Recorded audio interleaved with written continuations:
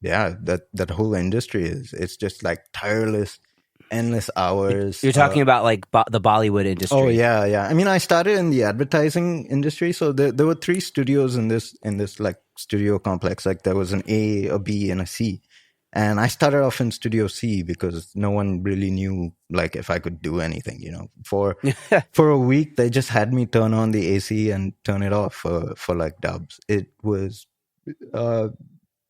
I don't know. It was a strange experience. I'm like, hey, I just spent like 15 years studying music. Can I, do something musical? And they're like, nope, this is your job for a week. So I did that. And like, I really played by the book and like, try to keep the senior engineers happy. And over time they realized, okay, this guy can, work in MIDI. He can do all this stuff. So they moved me from the ad studio to the big room. And the big room is where like the busiest music producers and like film composers work.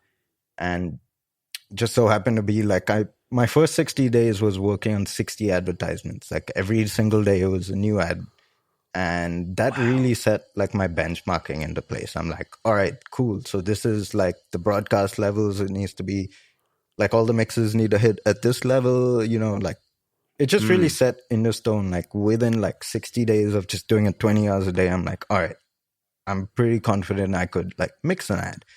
At the same time, I was like, hey, like a lot of these composers for the advertising world that come in just aren't really amazing. Like, don't get me wrong, there are some incredible producers here.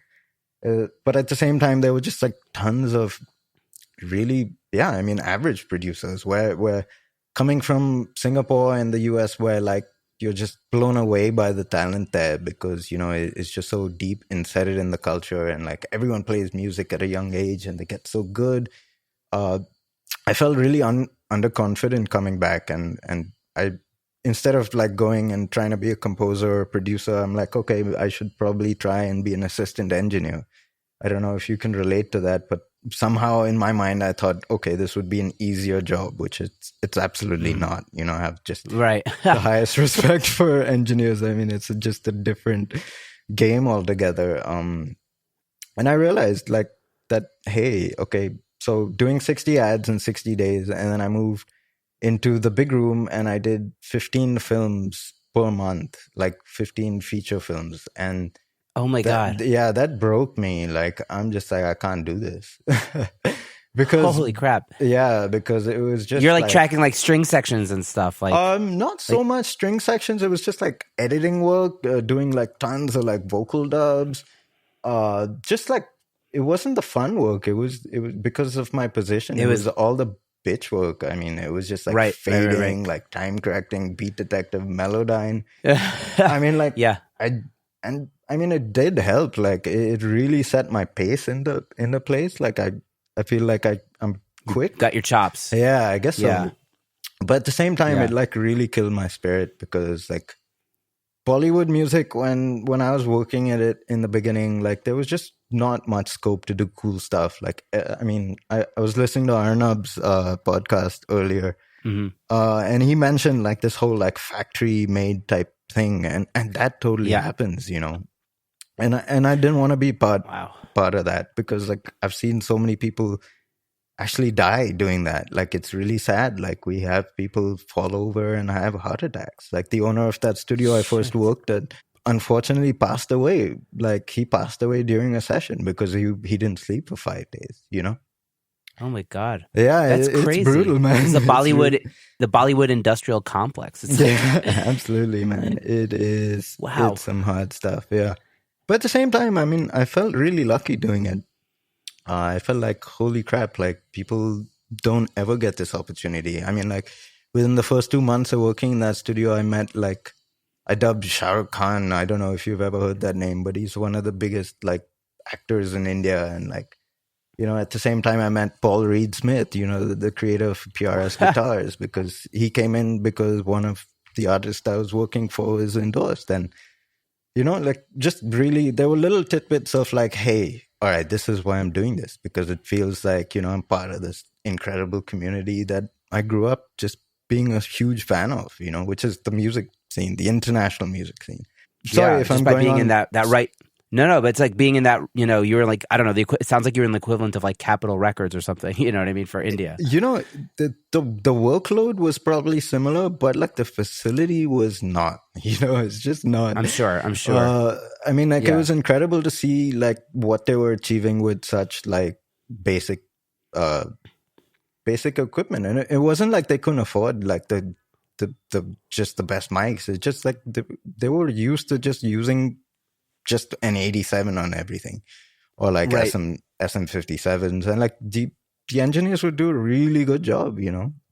I mean, we had like Yeah. people from Timberland's production crew come down and work with some of these artists. It was, yeah, I mean, it really inspired me, but at the same time, like the music just didn't inspire me. Like most of it was just stuff I didn't connect to. So I mean, I just kind of was like, hey, this is probably not right for me.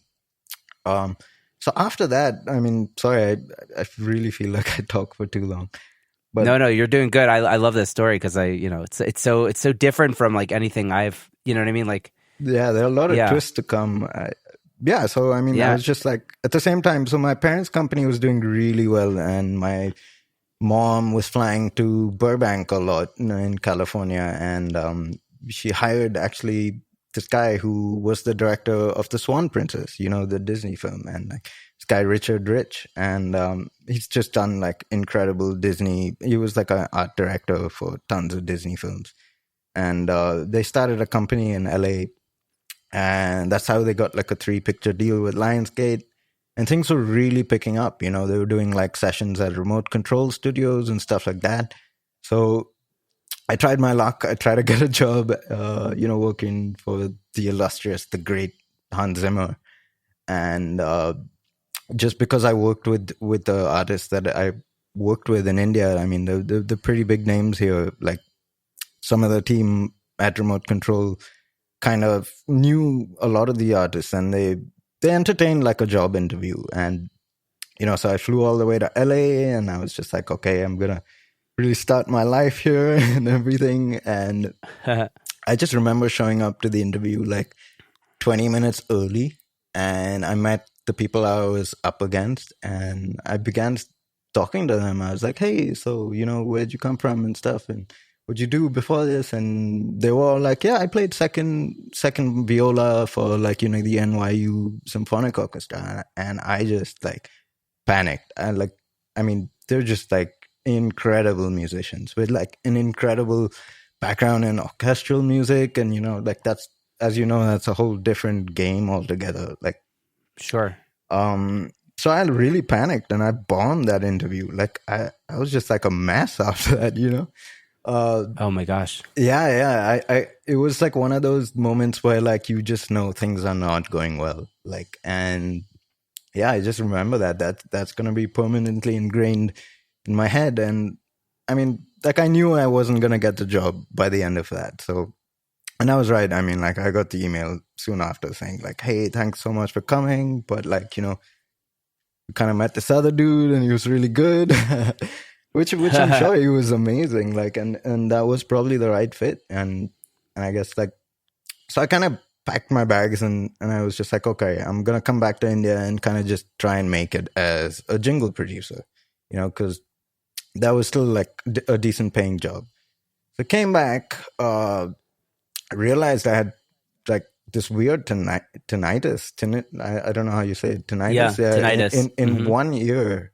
And until this point, I've been really good about like, keeping my levels in check, because I realized at a young age, like I need, like I'm a producer, engineer, I need to like maintain my ears. So I found it kind of strange, and I got a bunch of like audiograms done. My ears were fine, but like the doctors here were like, hey, this is pretty strange because it's in 1 year. You've been good about your levels and stuff like that.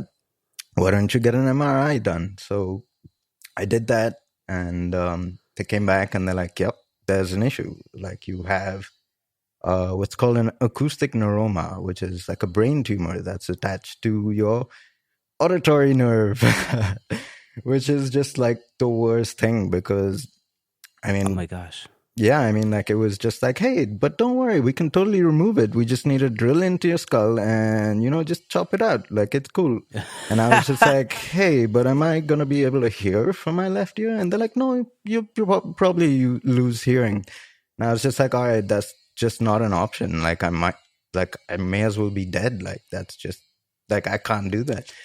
And then they're like, all right, if you really can't do that, there's this other thing that's called like gamma knife radiation, like therapy, which is like shooting lasers to try and like dissolve the tumor. And I was like, is that gonna like result in deafness? And they're like, yeah, probably.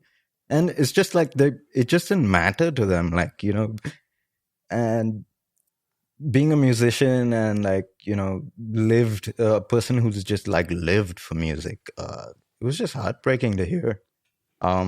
Oh my God. But at the same time, I did a whole bunch of research and found out that like people have been able to live long lives and not have this affect them, So ever since then, I've just tried and like get like MRIs done every so often to check if things are like in check, and things seem to be doing okay. Like it really hasn't been much of an issue, but at the same time, it really changed my life. Because obviously, like I fell into deep depression and like really questioned why I was here and stuff like that. And I kind of decided like, hey, I'm just going to go back to music school, or like, I'm just going to really take this on head on because I may not be able to do this later on.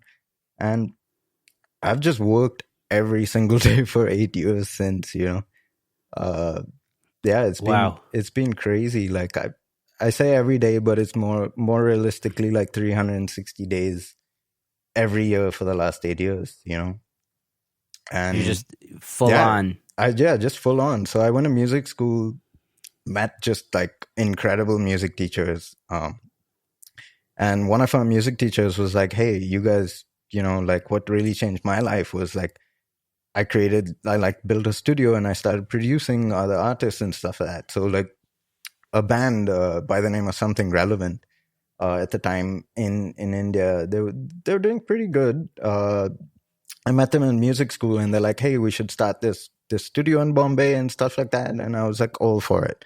So I did that, which was Cotton Press Studio. And that was our first studio. It was such a dingy place. Like, I shit you not. It was in a warehouse district under a bridge. Like people shouting and like throwing crates, like just nuts. Like, it was ridiculous. The last place you'd think you'd find a studio. But that kind of had a certain charm to it, like it was built in this like old cotton mill where like there was just this massive cotton like structure, like a cotton mill that's like 2 stories tall in the middle of our live room. And there's just no way of removing it. Yeah, oh my God, it was like the size of like 3 cars. I'd love to see hilarious. A picture of that. I will definitely send you a picture. We painted it gold and it became our logo, and like it creates this crazy vibe, And it was such like, that was literally the time where we had like 3 mics, and we were, I mean, I remember the control room I built had a corrugated steel roof on it. It was a shed, like, so the amount of like love we put into that place was just ridiculous. And you'll be surprised the names of people who came there. I mean, like by the end of it, like we recorded Ed Sheeran there. We recorded like Mute Man. Oh, wow. Bombay Bicycle Club did his last 2 albums there. Like, it was just crazy. Like the shittiest studio you'd ever see. Like, it was just hilarious. It's all vibes. Yeah, it was all about vibe. Everything is about vibe, I guess. And and the team, like everyone was like super, super inspired to just like give it all they got, Right.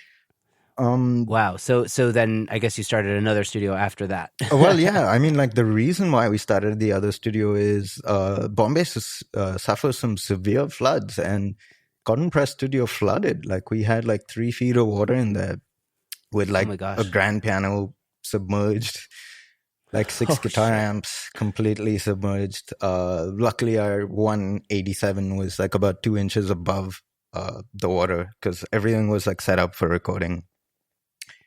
And yeah, I mean, we got hit real bad. Basically lost all my life savings at that point. Turned out my mom was robbed by an investment banker for millions of dollars, Holy and shit. has just been fighting like this just